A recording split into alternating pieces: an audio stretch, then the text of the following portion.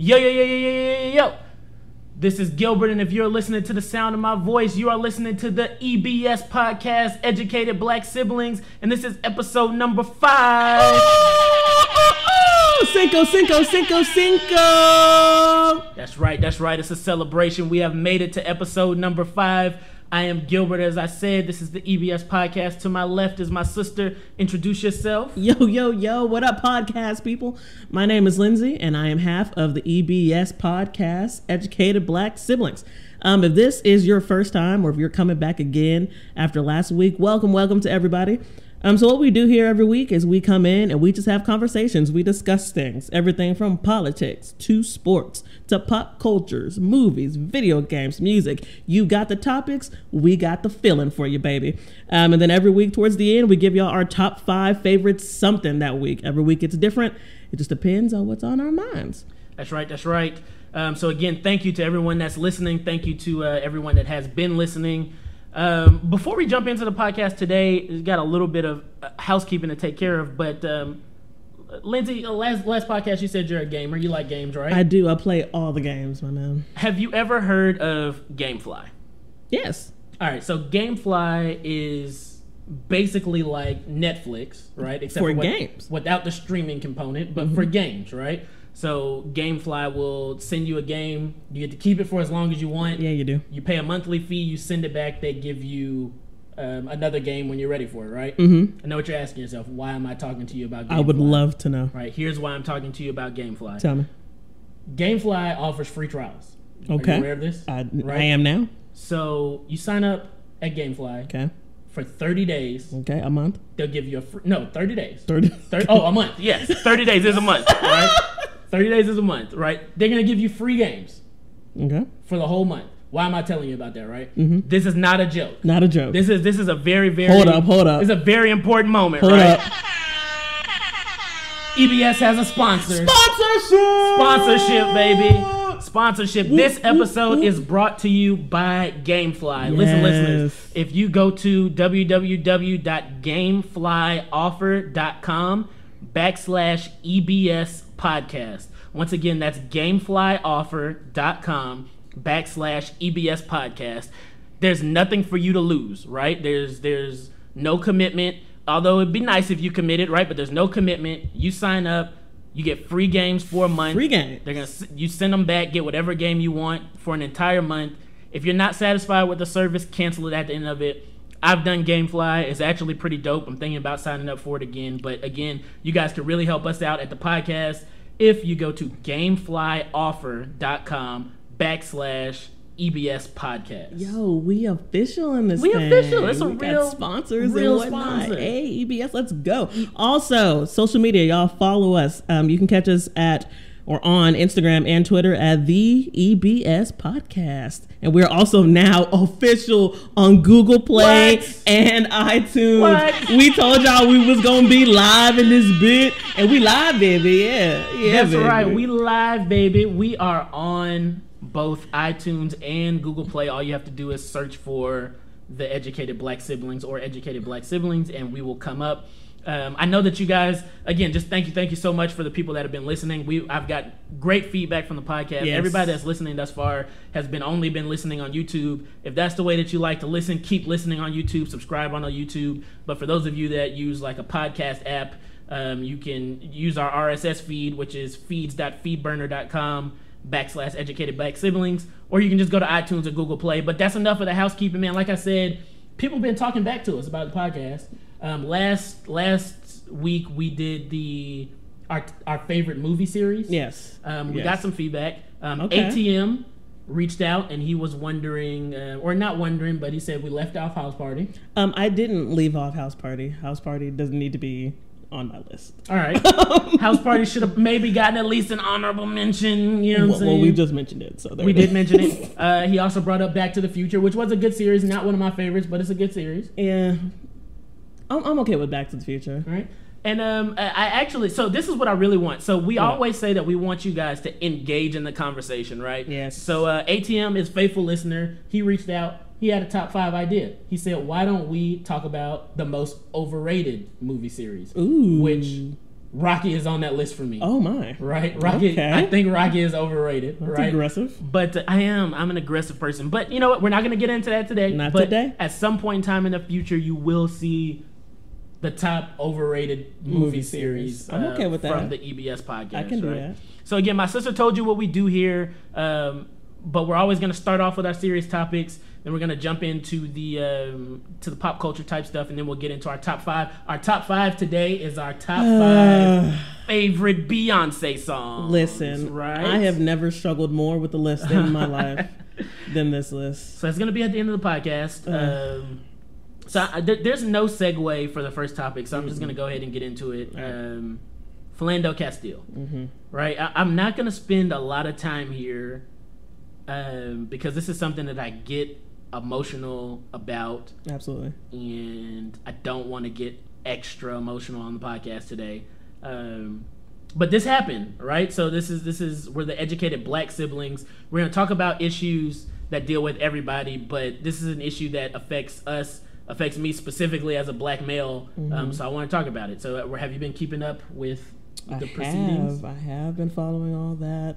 The protests and the dash cam and just all the things coming out of this. And I don't really have words, to be honest. It's a lot. It is a lot. Have you asked yourself yet why Philando Castile even got pulled over? Wasn't it for like a busted taillight or something? So there was a report. I'm reading the report directly, right? This was from the police scanner. It said 2 occupants just look like people that were involved in a robbery. I can't. The driver looks more like one of our suspects just because of the wide set nose. I can't. I couldn't get a look at the passenger. I can't. What this person was quoted as saying. So it is speculated that part of the reason that Philando Castile even got pulled over was because he has a wide set nose, like all of us Negroes. Yes. Yeah. So again, if somehow you've been under a rock and you haven't, and you're not aware of what happened, there was a man. He's in the car with his girlfriend's daughter. He gets pulled over.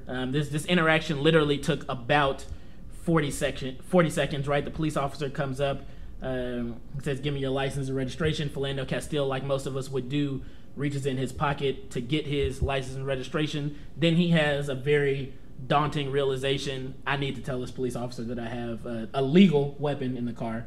So he says, "Officer, I have a weapon in the car." The officer freaks out and shoots him. Is basically what happens, right? Yes. Did you watch the second video?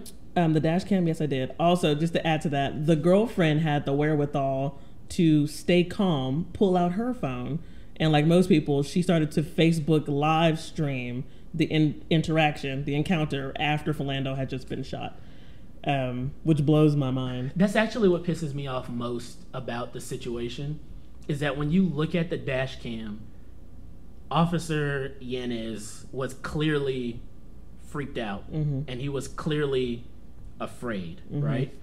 And I will tell you that he did not react in the proper manner when you're afraid, right? But what's interesting is he got off, right?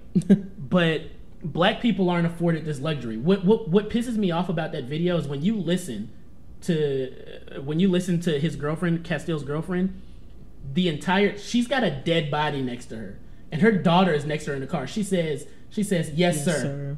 Yes, sir. I think you just killed my boyfriend, sir." Black people, even when your loved one has just been shot for no reason in the car next to you, we still have to have the wherewithal to make sure that we respect this officer, because he might shoot me too. I can't remember if I read this on Twitter or somebody said it, but it blew my mind. It's crazy how in police encounters with black people that black people have to remember and stay faithful to their training, but police officers don't. It's ridiculous. That's crazy to me. And I don't want to just talk about this issue and not deal with what has to happen next, right? Because there's lots of anger, and black people are good at being angry, rightfully so. I'm not saying that you shouldn't be angry about this, right? But what is the solution? Which sucks to say, right? Because I don't have one. Like, people keep saying, "Oh, we mandate that these guys wear body cameras. This'll work." I sat there and I watched. Like, you can hear the video. He says, "Get your hand out of your pocket," and he says, "Okay," and then he says, "Don't reach for it." And he says, I'm not reaching for anything. I'm getting my hand. He said, yes, sir. I'm looking at the transcript, right? He says, okay, the police officer says, okay, don't reach for it then. And Castile responds, I'm not pulling it out, sir. And then he just yells, don't pull it out. Yeah. And then I'm watching the video of him. What are body cams going to do? How is that a solution? I just watched the 0%. video. We're just going to have another angle of another terrible thing. That's so it. body cams aren't the issue. I think it sounds like a cop-out, but really the only thing that we can ask for at this point is increased training for the police officers, right? But I don't want to spend all day on this because it's a sad topic, right? But the thing that we really, really have to deal with at the root of this issue is that this police officer was clearly and visibly afraid, right? And he was afraid for I don't care what he says or how the lawyer tries to spin it. The lawyer tried to spin it that the officer smelled marijuana, and the officer in the testimony said if he had the balls to smoke marijuana in front of a girl, that means a small child, that means that he doesn't have regard for her life, so he'll probably shoot me. That's terrible logic. That's craziness. Right? At the end of the day, you were afraid of Philando Castile because you, at your core, are afraid of black men. That's it. And that's the issue that we have to deal with. Is that there's a fear that has been ingrained in society of black men. Like people in society are trained to believe that black men are inherently more aggressive and more dangerous than other men. And that's I don't have an answer. How do you fix that? I don't know how to fix that. How do you change someone's perspective? Issue, right? This young man was clearly. I wanted him to be punished, right? I wanted vindication. I wanted justice. But at the end of the day, when you watch that video, this man, I'm not defending the police officer, but he was clearly afraid. Yeah. Right? He was. But that's what we have to do. Why are you afraid of a man with a child in the back seat, in a car seat? Like, he's riding around with his family. Like, what are you... It just blows my mind, and I can't. This was one of those stories that when it happened, I'll never forget. It was like 1 a.m. when it started breaking all over the place. I didn't sleep that night. It blows my mind that we're in such a dangerous time right now. It's crazy. I don't have words.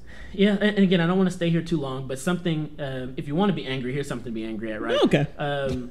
His lawyer, the officer's lawyer, his opening statement to the jury said, had it not been for Castile's decision to get stoned on marijuana before operating a vehicle while armed with a gun, and further his decision to ignore Yanez's commands to not reach for his firearm, none of this would have happened. No, sir, if that police officer hadn't shot this man 7 times, none of this would have happened. There it is. You know what I mean? Like... I can't. When have you ever met an aggressive person on marijuana? Literally never. The exact opposite. You know what I mean? That's not how that works. If you smell marijuana, you're safe. And as an officer, you should know that. Like, it's ridiculous. Come on, guy. Again, I don't want to stay here too long because this makes me upset. Yeah. I don't want to be upset. But we need to talk about it. We do need to talk about it. It's sad. It's sad that little girl had to watch somebody die. It's sad that he got off on negligible use of a firearm is the charge that he was charged with, that and manslaughter, right? I don't understand how you fire 7 shots into a vehicle with a child in it and there's no negligence found. There's nothing there. I don't understand. There's no endangering a child. You shot 7 bullets into a vehicle with a child in it. That's what broke my heart is the dash cam shows the little girl getting out of the car. And did you hear the audio on the Facebook Live? The little girl, the mommy said, the girl says, I want you to get back in the car. She says, but mommy, I don't want you to get shooted. I can't handle it. I have a daughter, man. I ride around with my daughter all the time. Like, what am I supposed to do? I'm already the most, this makes me sound some kind of way, right? But when a police officer pulls me over, I become the most complicit, spineless person that you've ever met. And it's just like, what am I supposed to do? You know? You have to at that point. Because and again, this is too heavy. I don't want to. So this leads to another question. My question for you is: you watched the video, right? I did. Both. Should we have watched that video? Do you see where I'm going with this question? You watched a man die. You watch that. Are we becoming desensitized to this type of violence? Like, should that? So this statement that I'm about to make lends itself to the issue, right? Because I'm gonna say the first time I watched the video, I had a reaction, right? The second time I watched it, there was less of a reaction. There was less of a reaction to me watching a human being die for no reason, for zero reason, in front of his family. Like, this clip is it got played on The Daily Show, which is on Comedy Central, but it's a news show, right? It's getting run over and over again on the news. Let's not talk about Philando Castile. What about the guy on Facebook that got shot point blank and that video was shared 50 million times, right? Like, as a nation, what's going on? Like, should we be looking at this? Like, how far are we away from the Hunger Games at this point, where you're watching people die for sport? Is it for sport though? It's not for sport. Like, I feel like there's a very thin line between being informed and knowing what's going on and being aware. Did you need to watch that video to know that a man lost his life? No. You didn't, right? No. But we wanted... Look. I know that this sounds crazy, right? But nobody forced you to watch that video. This is true. You true. watched that video because of a morbid curiosity for what happened. Yeah.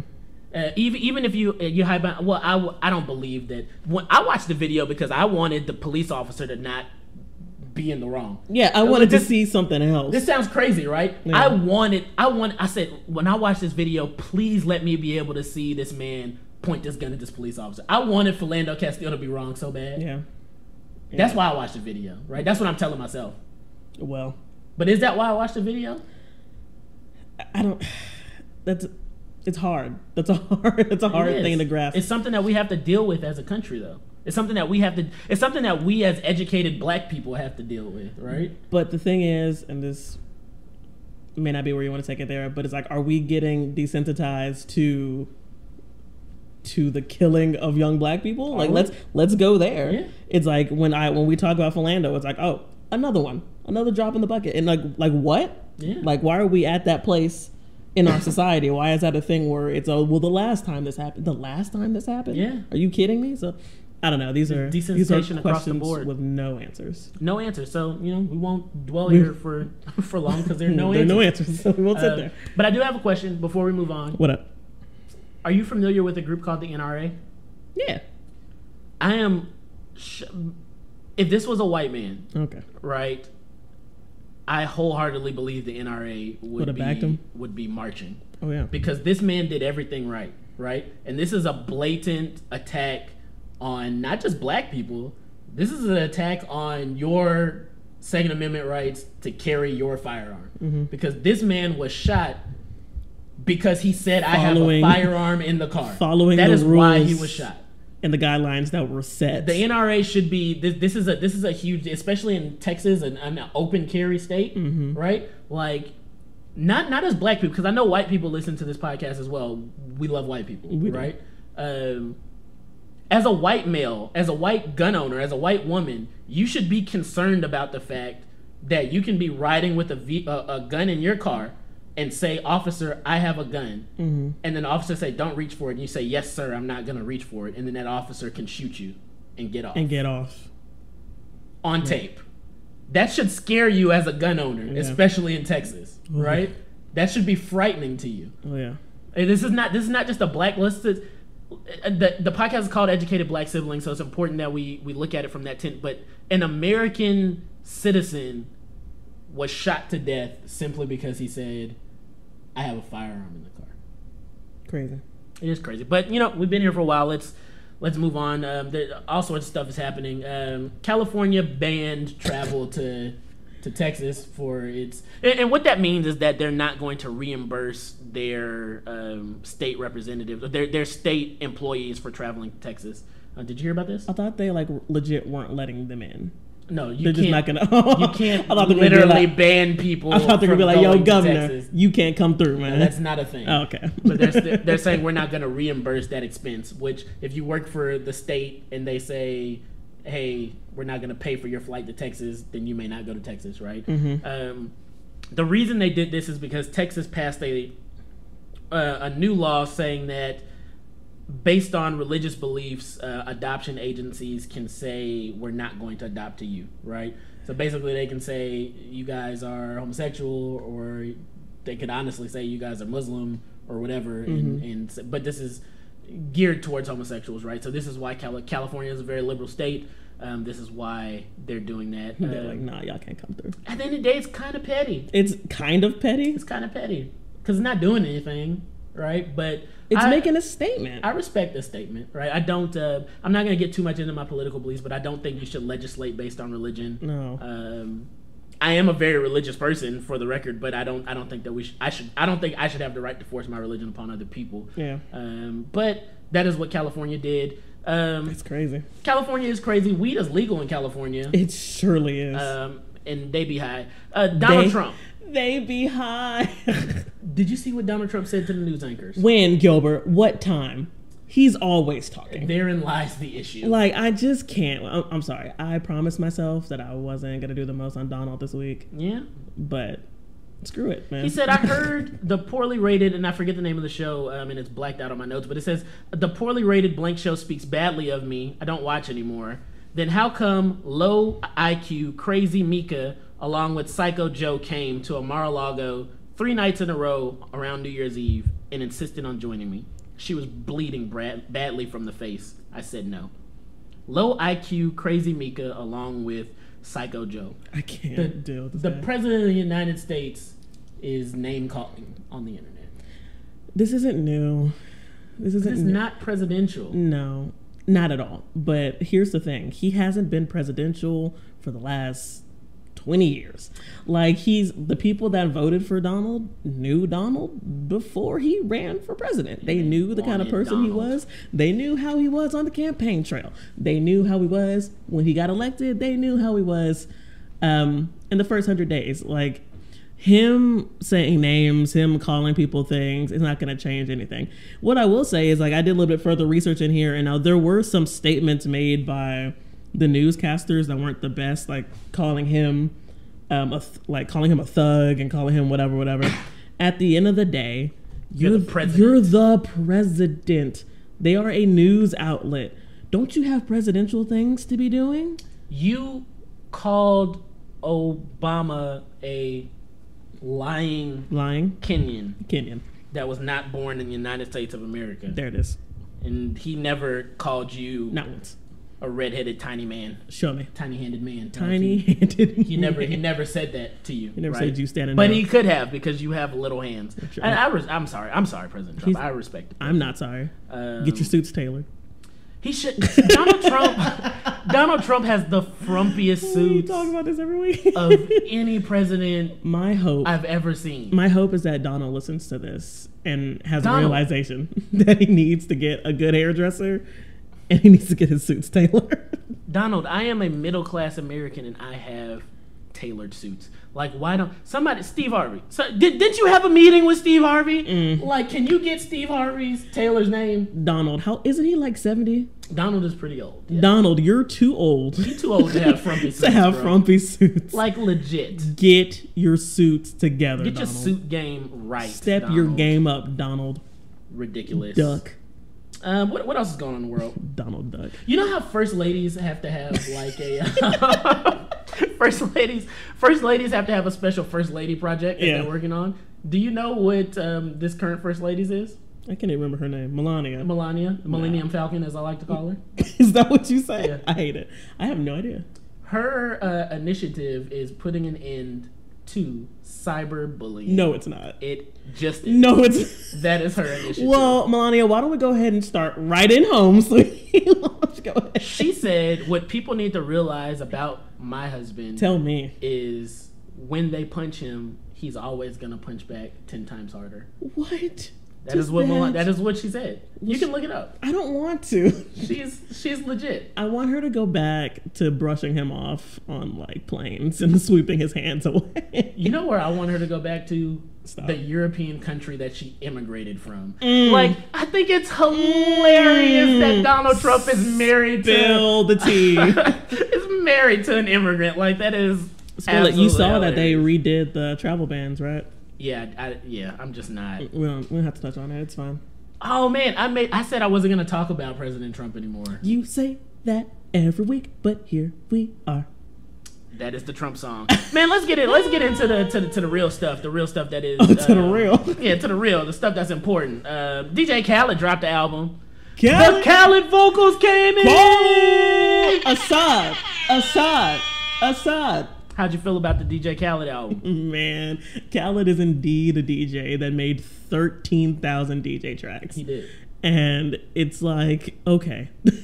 The only songs that I kind of cared for were the songs he had already released. Except for anything with Chance the Rapper I love. That Chance the Rapper song is everything that I ever needed. Then not the one with Justin Bieber. Not the Bieber one. The bounce song. The bounce song. The bounce song. Yeah. Little known fact: DJ Khaled is from New Orleans. Is he really? Yeah. I did not know that. Yeah, that's where the baby connection comes from. That makes sense. But he definitely has a bounce song on the album, which is fantastic. I play that song. It's a clean song. Nobody cursed on the song. So cute. They sing the ABCs at the end. It's absolutely it's clearly for his son. Oh, where your ears at? Oh, where your nose at? I can't. Like, it is definitely a bounce song. It's hot fire. This DJ Khaled album made me realize the importance of the album cut. Yes. So that is some people would call album cuts filler, right? But basically that's a song that's not a single. Yeah. And the reason I say that is because every song on this album is clearly meant to be a radio hit. And there's no consistency. Yeah, it's just all over the place. It's just a playlist. It's right? just a playlist. So we were kind of talking about this earlier this week, but I kind of feel like that's the trend as to where music is going. Yeah. We're done with albums and releasing CDs, and it's more like, here's this playlist. I'm gonna give you 30 songs that I really like. Like, isn't Chris Brown coming out with like a 60 song whatever? Because first off, I'm not listening to anything that Chris Brown's putting out really, but that's Chris a playlist. Brown is very talented. He's great. What's interesting about what you just said, because I always not combating you, but people are like, oh, hip hop is dead, whatever, and you just said right now that that's the trend that we're going towards, which is true. But I didn't know if we were gonna have time to talk about this, so I'm just gonna slide it in there. There's a guy named Joyner Lucas. Have you ever heard of him? Joyner Lucas is a rapper.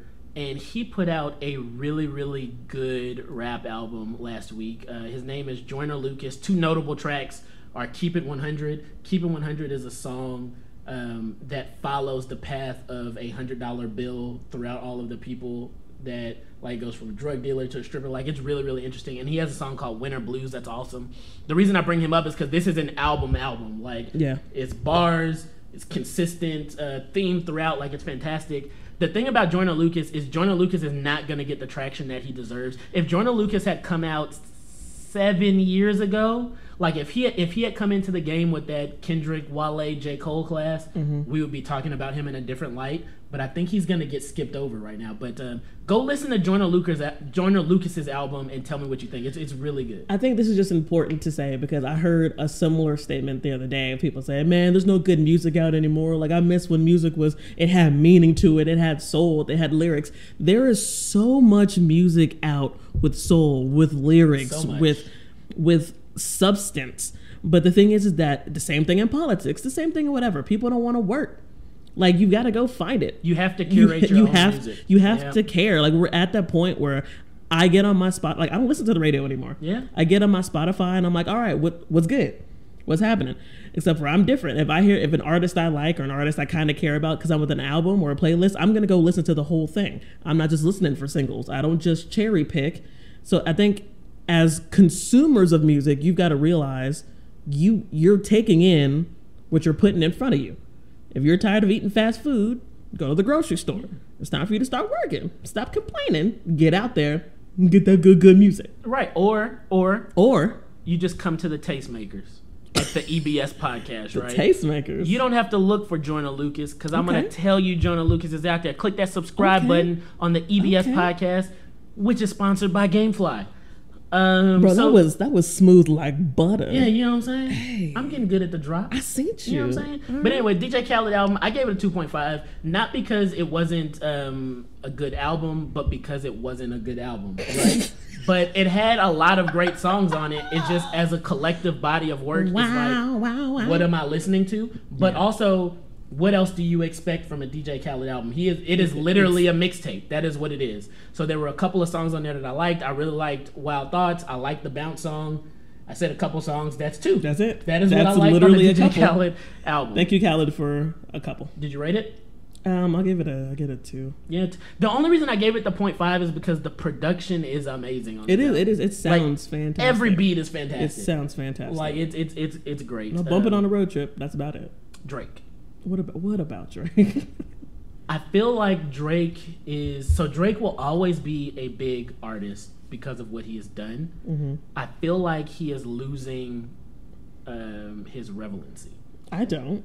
Let me tell. So, did you listen to any of the 3 new Drake songs that dropped? You know what's crazy? I meant to text you this week and be like, Drake released like songs, and that's what I mean. That's what Madonna is still a star, right?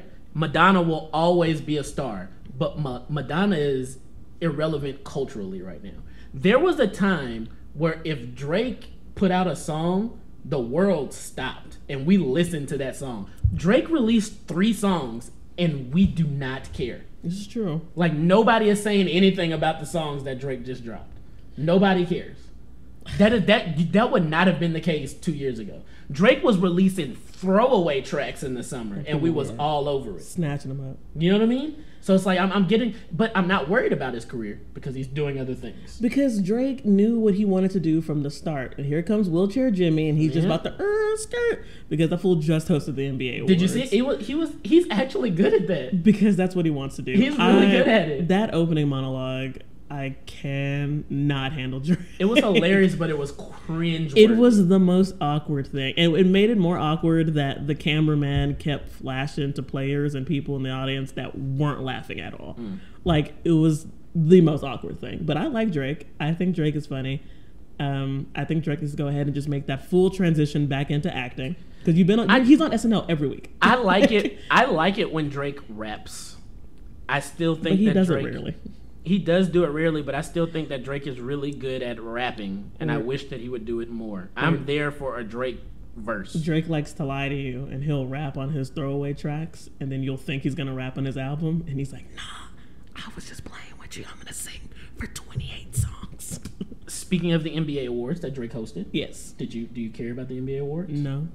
I know they're experimenting with the timing and all that stuff. I thought it was kind of weird to do it after. It was real weird.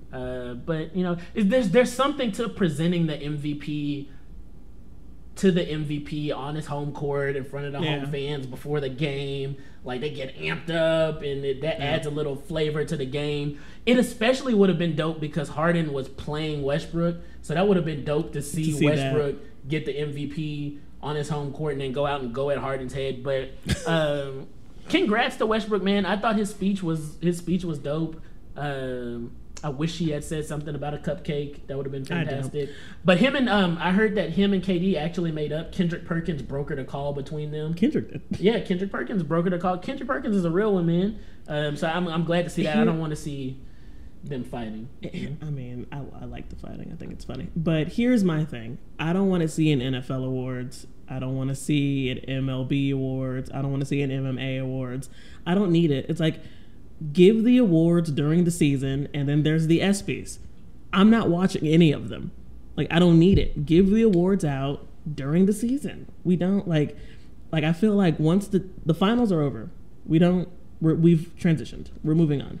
But I feel like that about award shows in general, or any show, and I get a lot of flack from this from my friends that are really, really big sports fans. I'm a huge sports fan. Yeah. If you're talking to me, you're probably talking about sports or religion or music. One of those 3 things we're talking about. Samesies. Right? But I don't tune in for the draft. I don't watch the American Music Awards. I don't watch the Grammy. Anything where the end result is a list that I can just read, I don't want to sit down and watch it. The thing is that we live in a day and age where we don't have to do that. I literally don't. And I don't like appointment TV. Don't tell me when I need to sit down. The audacity of you to tell me I have to sit down and watch you. The only thing that can hold me to a time frame and make me watch it when it comes out is Thrones, Game of Thrones, Game of Thrones. Game of Thrones, Game of Thrones, Game of Thrones. That's literally the only thing, because if I don't watch it, unfortunately, we live in a world where spoilers will come because the night is dark and full of terrors. But other than that, like Grammys, I'm not gonna watch live. Like I can literally go on Google, say, hey, who won these Grammys? Google got my back. And then I go on YouTube the next day and boop. Like there's this new show out on NBC called World of Dance. And anybody that knows anything about me knows that I love to dance. I'm continuously dancing. That's what I do all the time. And there's choreographers on there that I absolutely love, but I have watched not a single episode because they post it on YouTube right after it airs. Why would I waste an hour of my life doing whatever it is that I'm doing when I can catch that mug in 20 minutes on the YouTubes? That's just it, man. Speaking of spoilers, I know we don't have the time today, but one day I'm going to explain to you, not you, Lindsay, but you podcast audience that's listening. Spoilers. I'm going to explain to you guys how much I hate those of you who spoil things on the internet. I want you to fall down a flight of stairs. A whole flight of stairs. And hit every single stair. Please excuse that large noise that you might have just heard, but it is what it is. Yeah, we need to talk about spoilers and coming up soon, especially since Game of Thrones is about to come back on. Do you watch Power? I got the power. Is that the one with 50 Cent? So you don't watch Power? That's the one with 50 Cent, right? It is the one. I've heard things about Power. It's on my... I'm not even going to lie. I'm not lying to you. No, I don't watch Power, and it's not on my rotation. I mess with Power, man. Isn't it just like Dark Empire? I've never watched Empire. I've also never watched So why would you make that comparison? Because I've heard other people do. Like, I know Empire is about a record company. No, Power has nothing to do with the record label. Isn't it about music? No, music is nowhere to be found in this show. Dang. Yeah. I know nothing. You know nothing about Power. Literally nothing. I mean, it's fine because it has not affected my life. It's about the struggle of a black man who was entangled in the streets trying to go straight and live a good life. So 50 Cent's actual life. Man. It could be. Can we, hold on, I understand that it's 2017, but can we never forget that man got shot point blank in the chest 9 times? Can we talk about how... Okay, so there was a hit put on 50 Cent's life. Can we talk about how bad of an assassin... Can we talk about how bad of an assassin you have to be... Oh, my God. ...to shoot somebody 9 times and not kill them? Like, he shot him in the... Or maybe 50 Cent is just resilient. But this assailant shot 50 Cent in the face. No. He shot him in the head twice. Do you realize he shot him in the head twice? So you know what? Maybe he's not... No. You know what? You are. You're a bad... No, if you shoot somebody in the face... If I go boom, bop, right now, shoot you twice in the head, I'm going to assume you gone. You done. No, that's it. It's over. So there were body shots. Pow, pow, pow. And then the assassin came and stood over 50 Cent's bullet-ridden body. And said, I shot him 7 times, but we need to get 2 more. But you know what? Double tap. Headshot. Double tap. And he lived. Here, all I'm going to say is that 50, if you haven't reached out to that man and given him a check for your career, I feel like you need to be paying him. Have you ever listened to Get Rich or Die Trying? It's one of my favorite albums, but 50 says, because I know God got me here for a real reason, because 2 weeks later he got hit like I got hit, but he ain't effing breathing. So that young man is no longer, he's no longer alive. See, it didn't work out for you, my dude. I'm sorry. But damn, 50 a real. That is ironic to shoot somebody 9 times and then a week later and then you get shot and you die. I mean, at that point, sorry about you, dude. Sorry about you. Sorry about you, man. And that's disrespectful to Dick. God bless you, did. He was an assassin, Gilbert. He was an assassin. Like, you know what? I'm shedding no tears for this man. No tears for an assassin. 0. He tried to kill 50 Cent, and we wouldn't have had it in the club. My sister just boiled down 50 Cent's contribution to the world as in the club. And you know what? She's right. I'm so right. In the club. But no, Get Rich or Die Trying is a classic album. It's one of my favorite albums. That's the one with 21 Questions? Of all time. Yeah, it is the one with 21 Questions. We don't need you to sing 21 Questions. I don't want to. I'm sorry. What else is going on? So there's an R&B artist. Most of the podcast today it's about music. But music had a big week this week. Music did have a big month this month. Her. Have you heard of her? Like H-E-R, her. Like H period. Yes. E period. R period. I have indeed heard of her. She's fantastic. She is. So Spotify introduced me to her. If you don't have Spotify, go ahead and cop that because Spotify helped me out on some beautiful playlists and her came up randomly on this playlist, and I literally was cleaning the house, washing dishes. I stopped and said, this song is magnificent. She is fantastic. Like, if you're into that real smooth, sultry R&B vibe, then she's the one for you. And if you're not, why? Yeah, that's a mistake. What are you doing with your life? No. But she has a song. So first off, SZA's album came out last week, and I know we talked about it. If I see one more tweet, one more Facebook post, one more Instagram about that song The Weeknd and people glorifying side chicks. This is a great song. It's fantastic, but we are not going to glorify side chicks. But you missed the point of the song. I didn't. But see, you said something last week. She's not a side chick. She's only got him for the weekend. Yeah, but that's the role that she wants to play in his life. That's fine. But here's what I'm thinking about. I'm thinking about that 9-to-5 woman. The woman that's putting in work every day. The woman that's making his meals, ironing that man's shirts, Facts. putting it down. Facts. And then he walk off on the weekend. And here you want to come with your big head talking about, oh, well, that's a great perspective that we get from the side. If you don't pack your bags and get home. I mean, I feel the same way about Marvin's Room. I hate Marvin's Room because that is. I was about to say a curse word, but Drake is a BAN for that song. Like I don't like the song. But anyway, her is fantastic. Her volume 2, the one with the yellow cover. Pause. Oh wait, no, you're right. There's 2 of them. My bad. The one with the yellow cover, I give it a 3.0. I like it. Is that yellow one is the first one or the second one? The second one I give a 4. Ooh. It was great. It was great. good. So but that's it's why short. It's an EP. That's why I brought up SZA, is because she has a song on the second one called I Won't, which has an interesting perspective that I had never thought about, but I feel like with millennials, I think it's perfect. Where in this song, she talks about a friend, like a male friend that she had, that it was supposed to be a strictly platonic relationship. And he made an advance. It was like, yo, I like you. I'm trying to talk to you. And she said no. Friend zone. She friend zoned him. And essentially in the song, he's like, he keeps trying. And she's like, I already told you, you're trying to make me love you. And I won't do it. And that, you need to go listen to that song. It makes me laugh. You're doing too much, bro. She has... doing too much. I'm done. I can't. But her's fantastic. You should go ahead and check her out. Her is great. We're not going to play a clip of her on the podcast because the last time we did that, Atlantic Records tried to shut us sent down. me a cease and desist message. They came with a notice. I'm not going to do that What again. you won't do is steal our music. We got 10 listeners at this point in time on YouTube, and you wasting your stationery sending me a cease and desist about your little funky song. We gonna snatch you up for every single one. I don't even like Sabrina Claudio that much. I mean, I do. It was fantastic. It's a fantastic. She was on that radio too. You need to cop on that radio that I was listening to. But listen, Atlantic Records. You know what? Next podcast. Can you not shout out Atlantic right now so they shut down our whole podcast? Next podcast, I'm playing one of your records on my podcast. You can play that on your own podcast, not on mine, not on my watch. No, you won't. Atlantic Records won't come for me.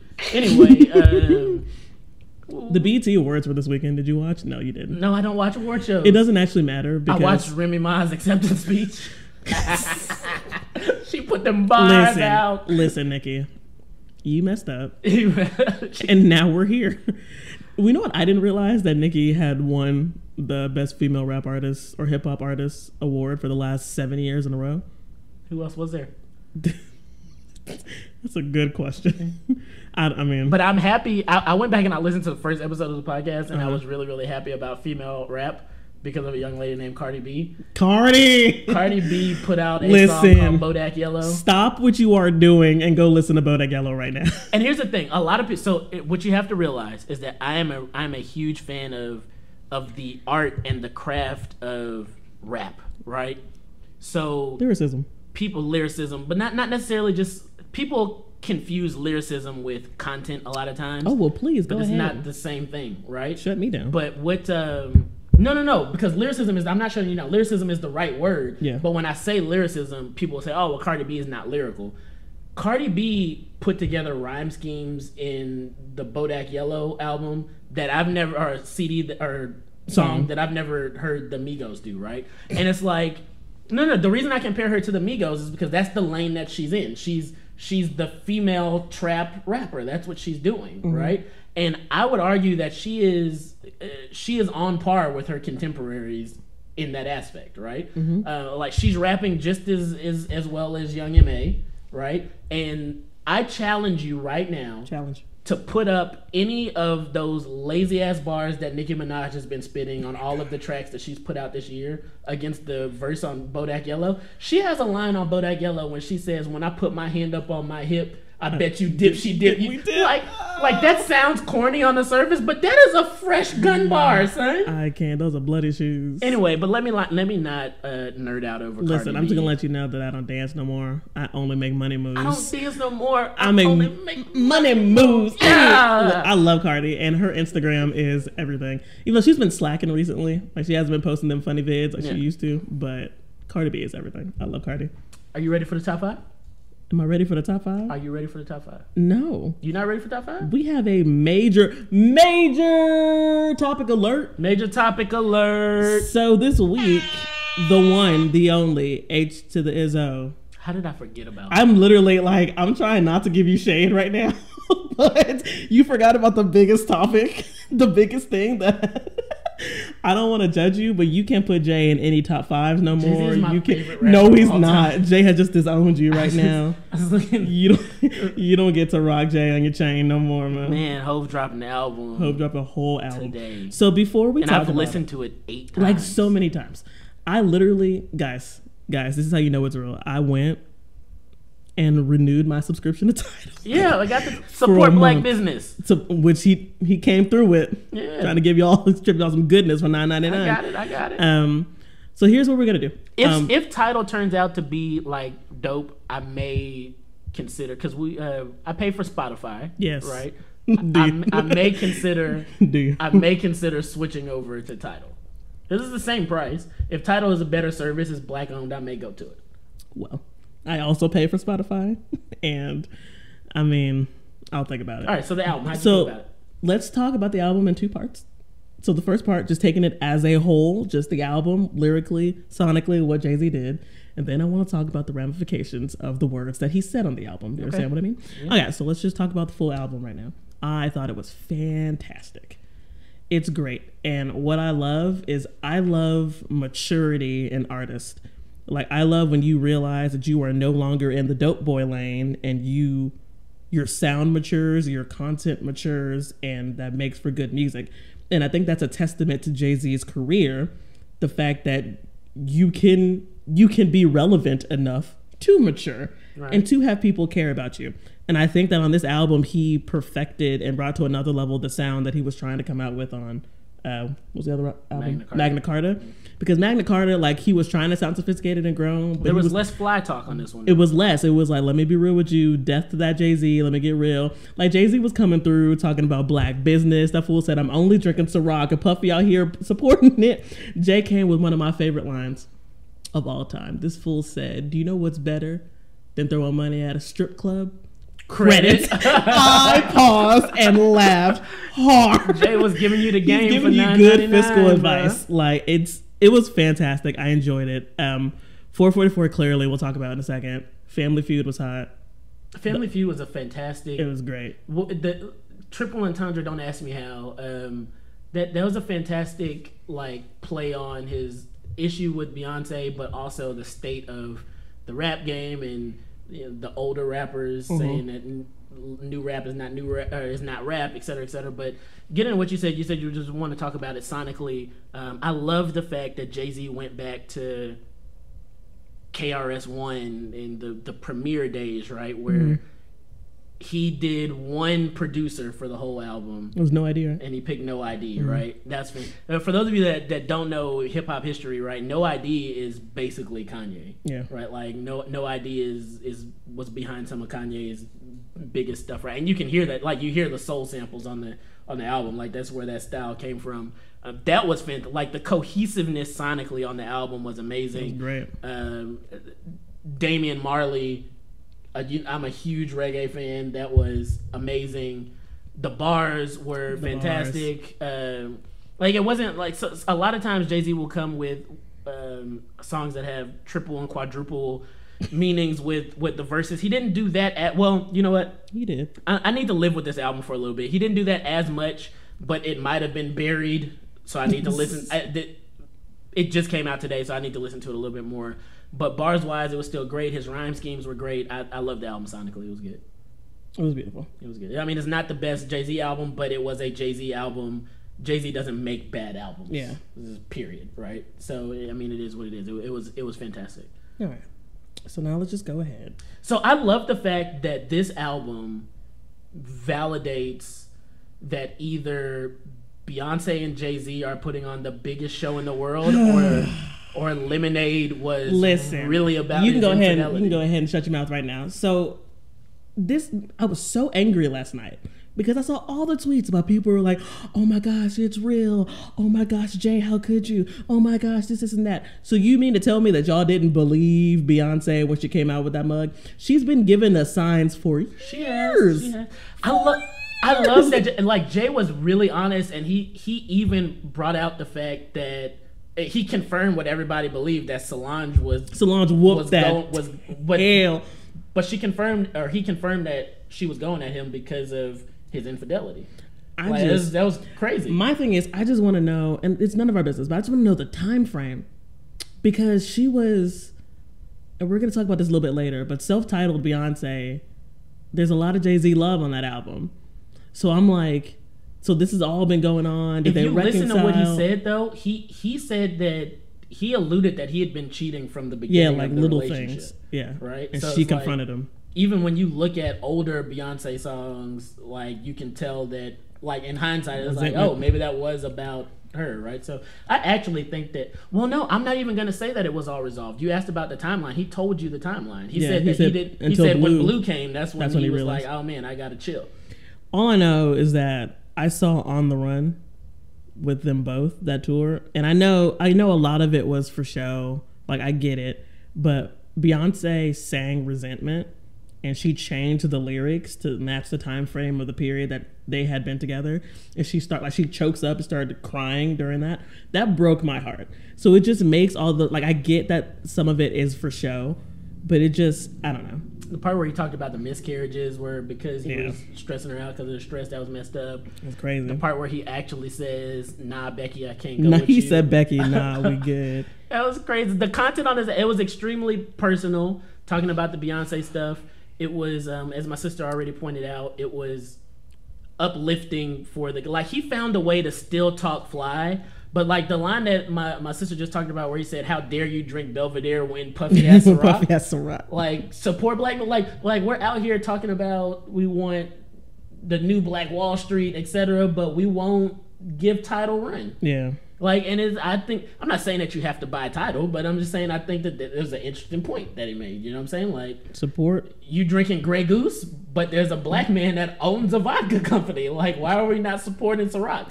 I'm not saying that you should drink vodka, but if you're going to drink vodka and you want top shelf vodka, drink Ciroc, right? Are you endorsing Ciroc right now? Ciroc isn't like we used to do play sponsorships, but Gamefly is actually we actually have a Gamefly. So like, I like Ciroc. I do. I like Ciroc. If you want to send us bottles. But if you go to www.gameflyoffer.com/EBS podcast, you could actually support the podcast. Could actually support us. But if you buy Puffy's Ciroc, you will be supporting black business, which I support. Support blackness in every way. At any rate, I really enjoyed the Jay-Z album. I'm going to listen to it a lot more. You'll probably hear me talk about it more maybe on the next podcast. Yeah, too. And I actually, since I had my title renewed, I said, let me just go ahead and run through Lemonade again real quick. And it just puts a whole new perspective on Lemonade. Yeah, this is the thing that always gets me specifically about our generation, is that a lot of times stuff only lives for the weekend. I really, no scissor pun intended. I really, really encourage you to not just toss this Jay-Z album away. Like, live with this album. Like, this dude... Every album. This dude puts so much effort into layering his music. Like, and while I'm on that topic, please, all of y'all that were doing all that tweeting about how Kendrick is the GOAT, go back and listen to Damn again. Like... Not just Damn. You know, I listened to Pimp a Butterfly the other day and had chills.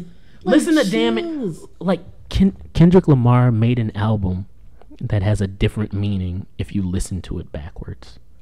Go listen to Damn again. Listen to it in reverse. He told you on the last track on Duckworth. He said, listen to it in reverse. Go do that, It's man. not even that, and we're doing the most. But let me get off my soapbox. Jay-Z's album was dope. I gave it a 4. It'll probably get bumped up to a 4.5 after I listen to it again. I'm sitting at a 4.5 just for the honesty, just for it riding smooth. I loved it. It did right. There's some bops on it. There's some bops. Well, I don't know. The Damian Marley song is a bop. That, you know, it's interesting that Beyonce used that same sample on one of her songs. We're not even going to talk about the fact that, like, he outed his mother as a lesbian on his He CD. surely did. And had her featured. Like, crazy. Go ahead, Jay. Also, in the song that he mentions Becky, Beyonce was doing the background vocals for her. She was. That was crazy. It's called Family Feud. I thought that was great. Man. I love that song. Speaking of Beyonce. Speaking of the Queen Bee. Top 5. Listen. Our top 5 favorite Beyonce songs. So I'm not president of the Beehive. I'm not vice president, but I'm in the hierarchy, and I just can't.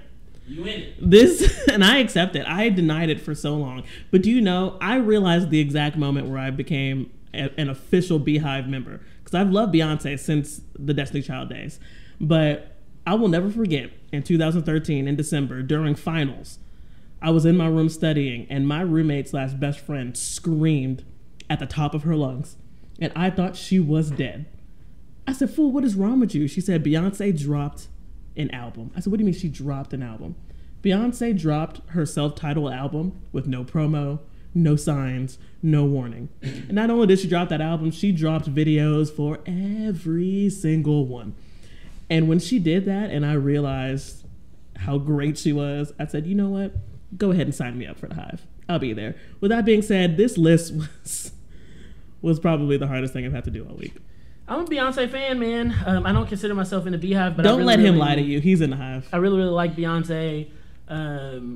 So first, for my honorable mention, can I give my honorable mentions? Do whatever you need to do. So my first honorable mention is all of the Lemonade album.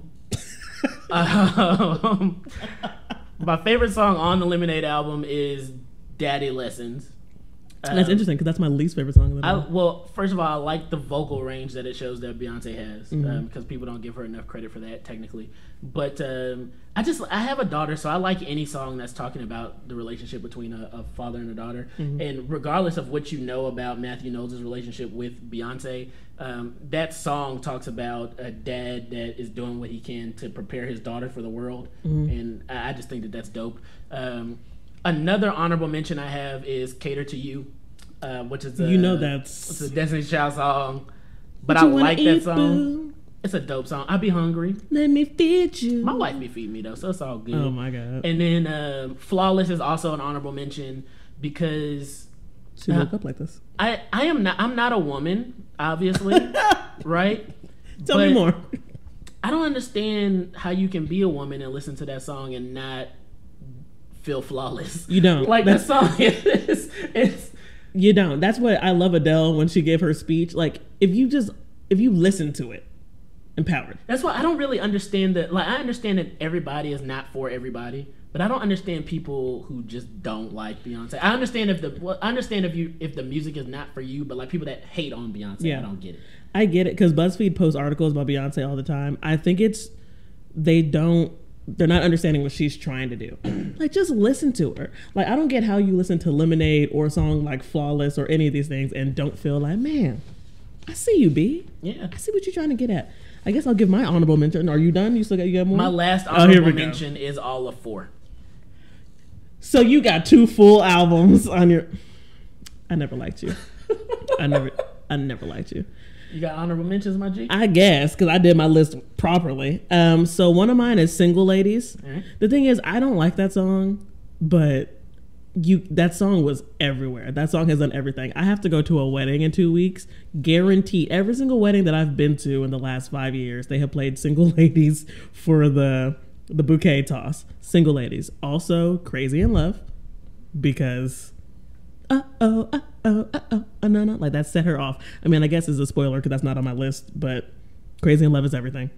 That's your honorable mentions? Yeah. So let's talk about my list then. I have a 5A and a 5B. I'm so sick. Listen, stop breaking the rules. My 5B is "Crazy in Love."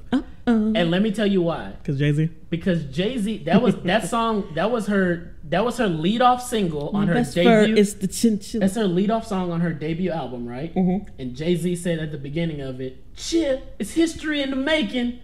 it was. That was the beginning of a long run. Pack your bags and leave, sir. So I like that song. My 5A is Partition and Drunken Love. Hey, both of them are my 5A. So again, you just list 30 songs. My 5 is 3 songs, right? The rest of them are just 1 song.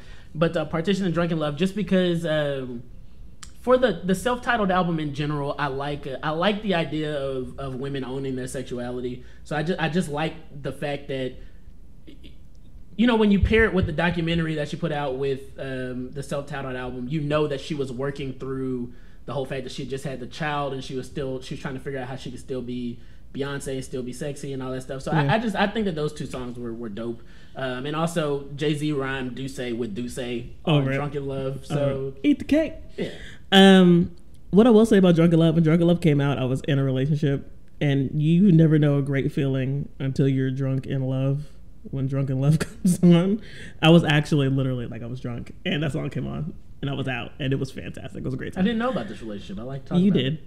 Okay. You did know. We'll talk about that off air. Okay. I have to put my business out there in the streets. Drunken Love. Anyways, so my 5, because I knew Gilbert was going to break the rule, so I have multiple songs in my top 5. I guess my 5C, sure, is Irreplaceable, because that song was a jam, and it's fantastic. For all you F-boys, you must not know about me. Don't you ever for a second think that you're irreplaceable, because you can go ahead and get gone. Who hired you?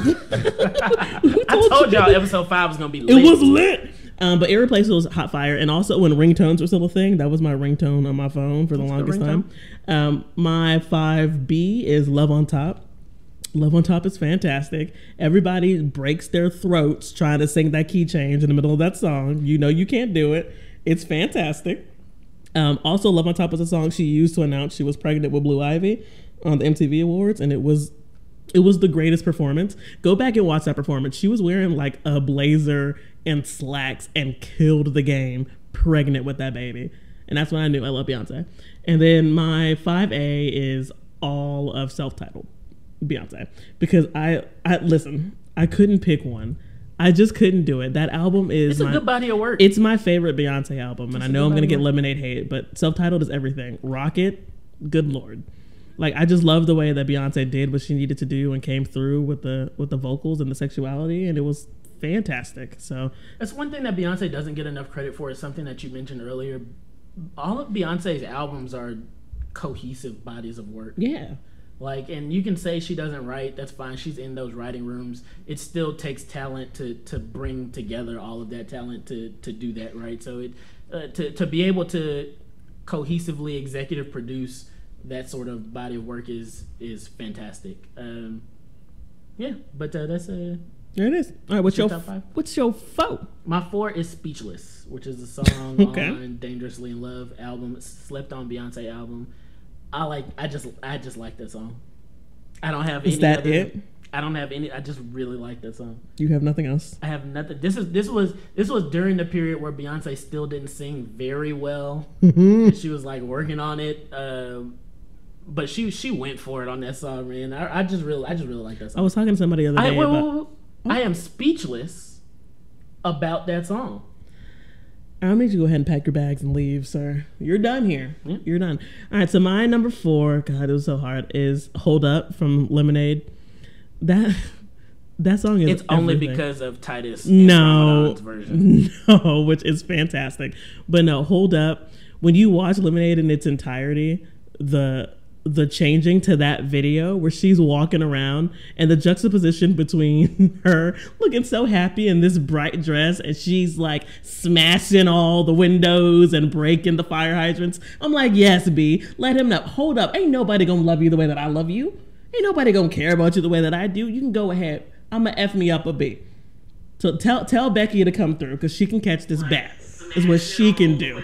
That's what she can do all day long. So Hold Up is my number 4. I hate you. My number 3 is Me, Myself, and I. So you're just gonna do old Beyonce because I know what your number one is. So you're just gonna do old Beyonce. Me, Myself, and I is a fantastic song. I can't believe I've been. It's just that song might have been about Jay-Z too.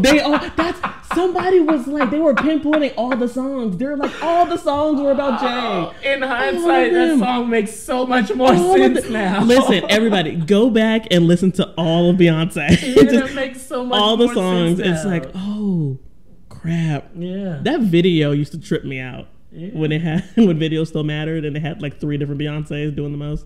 Yeah, I like that song. That's cool. What's your number 3? All right, so number 3 is "Get Me Bodied," the extended mix. I want the whole thing.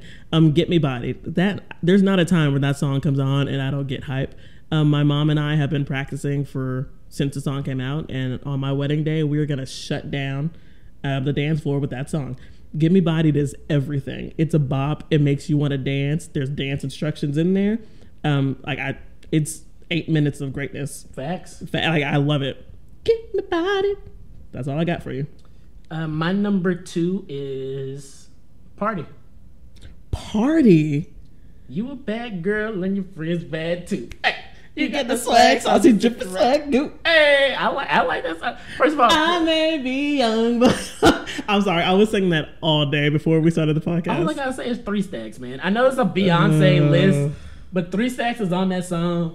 That's not like 2,000 degrees. If you sitting there, you got. I happen to like whiskey, right? So if you got a little Crown, right? A little Crown and Coke on a nice breezy spring day, and "Party" comes on, son.